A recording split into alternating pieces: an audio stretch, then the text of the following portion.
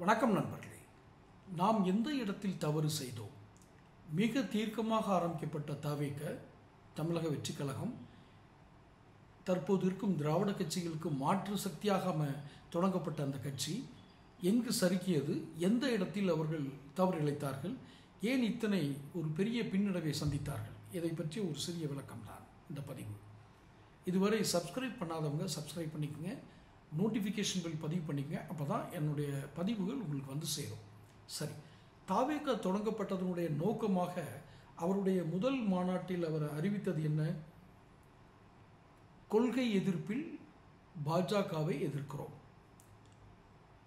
அரசாட்சியை ஆட்சியை நீக்க வேண்டும், தற்போது நடைபெற்று கொண்டிருக்கிற திமுக அரசை இந்த ஆட்சி கட்டிலிருந்து அகற்ற வேண்டும், அவர்கள் தீமைகளின் ஆணி வேராக இருக்கிறார்கள், அவர்களுடைய இந்த கட்சியினுடைய அமைச்சர்கள், தற்போது இருக்கும் அமைச்சர்கள் எந்தவித சங்கோஜமும் இல்லாமல், எந்தவித தயக்கமும் இல்லாமல் தவறு செய்கிறார்கள், மக்களுக்கு விரோதமாக ஆட்சி செய்கிறார்கள் என்ற அடிப்படையில் தான் இந்த தமிழக வெற்றி கழகம் தொடங்கப்பட்டது.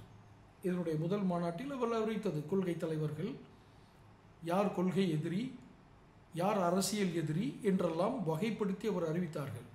இவ்வளவு அறிவித்து இத்தனை ஒரு தீர்க்கமான நோக்கங்களோடு ஒரு இலக்கோடு களத்திற்கு வந்த விஜய் இத்தனை பெரிய பின்னடைவை ஏன் சந்தித்தார்? இது பின்னடைவு தான், இல்லை என்று சொல்லவில்லை. அந்த சமயத்திலேயே உங்களுக்கு ஒன்றை நான் கூறிக்கொள்ள விரும்புகிறேன். எனது சேனலில் இருந்து எனது பதிவாக நான் பலமுறை கடுமையாக விஜய் அவர்களை விமர்சித்திருக்கிறேன். தனிப்பட்ட முறையில் அல்ல. எப்படி விமர்சித்தேன்? உங்களுக்கு தலைமை பண்புகளுக்கு இன்னும் சில காலம் பிடிக்கும். தலைமை பண்பு என்றால் ஒருவருக்கு பின்னால் இத்தனை லட்சம் பேர், இத்தனை கோடி பேர், அல்லது இத்தனை மில்லியன், இத்தனை பில்லியன் இவர்களெல்லாம் கூடுகிறார்கள், இவர்களெல்லாம் உங்கள் கூட்டத்திற்கு வருகிறார்கள் என்பதால் நீங்கள் தலைமை பண்பினை பெற்றுவிட முடியாது. உங்களை தலைவராக ஏற்றுக்கொண்டார்கள் என்ற அர்த்தம் கிடையாது. கூட்டம் கூடுகிறது என்பது வேறு விதத்திற்காக என்பதை நீங்கள் உணர்ந்து கொள்ளவில்லை என்று கடுமையாக விமர்சித்தேன். ஆனால் சமீப காலமாக ஒரு 27 கரூர் பெருந்துயரத்திற்கு பின்பு உங்கள் கட்சிக்கு மட்டுமே நான் ஆதரவு தெரிவித்து பதிவுகளை இட்டு வருகிறேன். இதை உங்கள் கட்சி ரசிகர்கள் அறிவார்கள், தாவேக தொண்டர்கள் அறிவார்கள். நான் விஜய்க்குத்தான் இந்த செய்தியை கூறுகிறேன். இப்போது யாரெல்லாம் பேசிக் கொண்டிருக்கிறார்கள்? நீங்கள் யாரை அரசியல் எதிரியாக கருதினீர்களோ, யாரையெல்லாம் உங்களுக்கு கொள்கை தலைவர்களாக மன்னிக்கணும், உங்களுடைய கொள்கை எதிரிகளாக கருதினீர்களோ இவர்களிலேயே பிளவுபட்டு நிற்கிறார்கள்.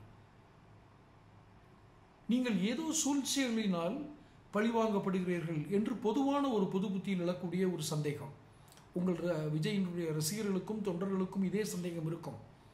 ஆனால் அதையெல்லாம் கடந்து நம்முடைய தவறுகள் எங்கு நடந்தது, நாம் எந்த இடத்தில் நாம் கவனிக்க தவறினோம், எந்த இடத்தை கணிக்க தவறினோம், எந்த இடம் நம்மளை இந்த அளவுக்கு பின்னோக்கி தள்ளியது, இதை நாம் நிச்சயமாக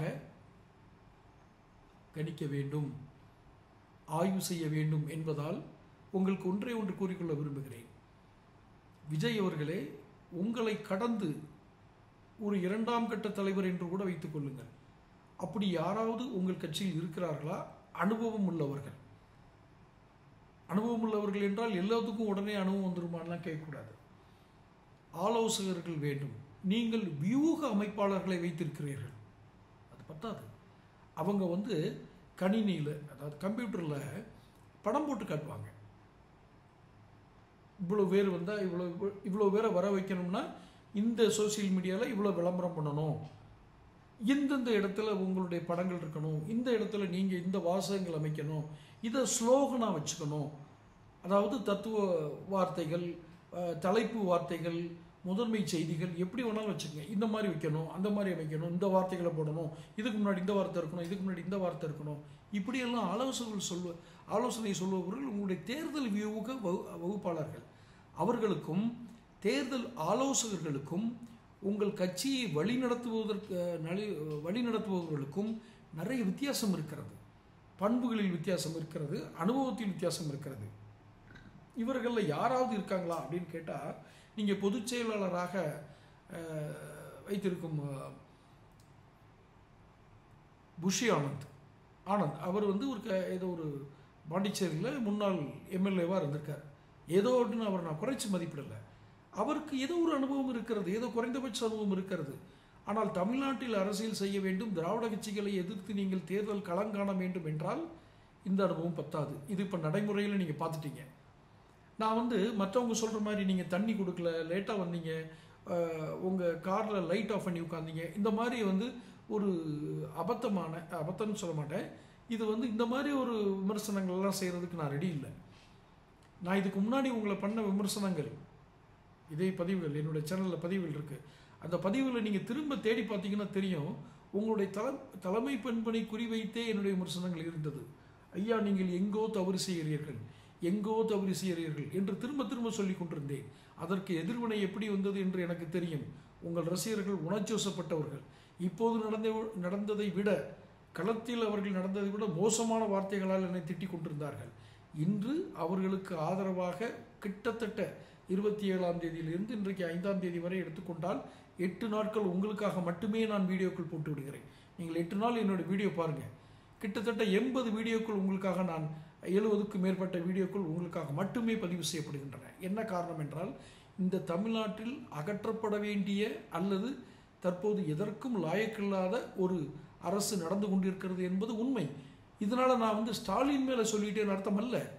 ஸ்டாலின் என்பவர் ஒற்றை நபர், அவருக்கு கீழ் இத்தனை அமைச்சர்கள், அவர்களுடைய அதிகாரத்தின் கீழ் இத்தனை அதிகாரிகள். யார் தவறு செய்தார்கள் என்பது கூட ஸ்டாலின் அவர்களுக்கு தெரியவில்லை.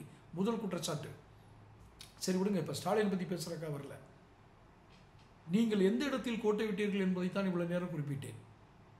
உங்களிடம் நிச்சயமாக ஒரு திட்டமிடலுக்கான அனுபவம் உள்ள அல்லது திட்டமிடலில் திறன் மிகுந்த, அனுபவம் குறைவு தான், ஆனால் அவரிடம் திறன் இருக்கிறது என்றாலும் கூட அந்த திறன் மிகுந்த நபர்கள் உங்கள் கட்சிக்கு இரண்டாம் கட்ட தலைவர்களாக தேவை. அவர் மிகப்பெரிய கட்சியிலிருந்து உங்கள் கட்சிக்கு வந்து குதிக்கணுன்ற அவசியம் அல்ல. அப்படி ஒன்றும் அவசியம் இல்லை. அனுபவமிக்கவர்களை எல்லாம் சேர்த்துக் கொள்ளுங்கள் என்று நான் சொல்லவில்லை. திறன் மிகுந்தவர்களை சேர்த்துக் கொள்ளுங்கள். அவர்கள் சொல்வதை நீங்கள் உள்வாங்குங்கள். அதில் இருக்கும் உண்மைகளை காணுங்கள்.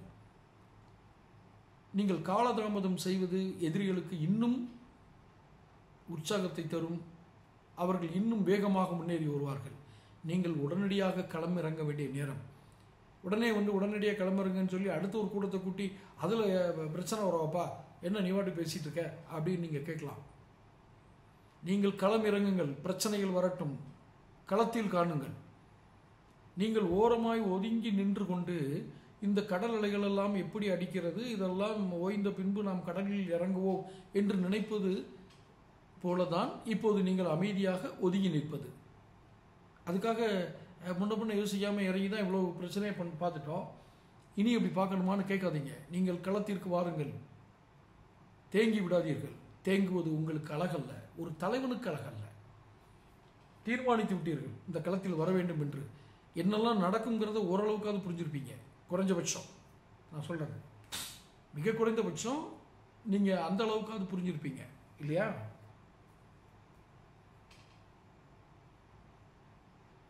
இப்போ அடுத்து என்ன?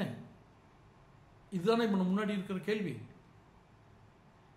களத்தில் இருக்கக்கூடிய உங்களுடைய தொண்டர்கள், ரசிகர்கள் அல்லது தொண்டர்கள் எந்த கட்டுப்பாடும் இல்லாமல் எல்லைகளை மீறி, எல்லைகளை கடந்து உங்களை காண வேண்டும் என்ற ஒற்றை ஆவலில் மட்டுமே அத்தனை தூரம் ஓடி வருகிறார்கள். அவர்களை எப்படி கட்டுப்படுத்துவது என்று தெரியாமல் நீங்கள் முழிக்கிறீர்கள். இப்போது கட்டுப்படுத்துங்கள்.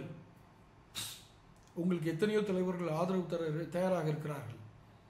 நான் ஏடிஎம்கேல போய் சேருங்க, பாஜகவில் சேருங்கன்னு சொல்லலை.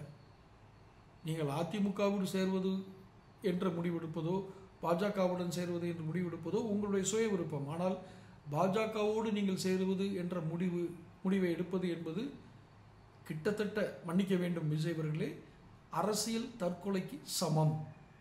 அதிமுகவாவது பரவாயில்லை, அதில் சேர்ந்தால் நீங்கள் ஜெயிப்பீங்களா இல்லையான்னு தெரியாது. ஏன்னா அந்த கட்சியே பல துண்டுகளாக இருக்குது. அது அவங்கள பற்றி விமர்சனம் பண்ணுறதுக்கே முடியல. பாவம், அவங்க பலவீனமாக இருக்காங்க. நீங்கள் இன்னும் எனர்ஜெட்டிக்காக இருக்கீங்க, நீங்கள் வரக்கூடிய வாய்ப்புகள் இருக்குது. அதனால தான் நீங்கள் களம் உங்களுக்கு தயாராக இருக்கிறது. தாமதிக்காதீர்கள், உடனடியாக வாருங்கள் என்று சொன்ன காரணம் அதுதான்.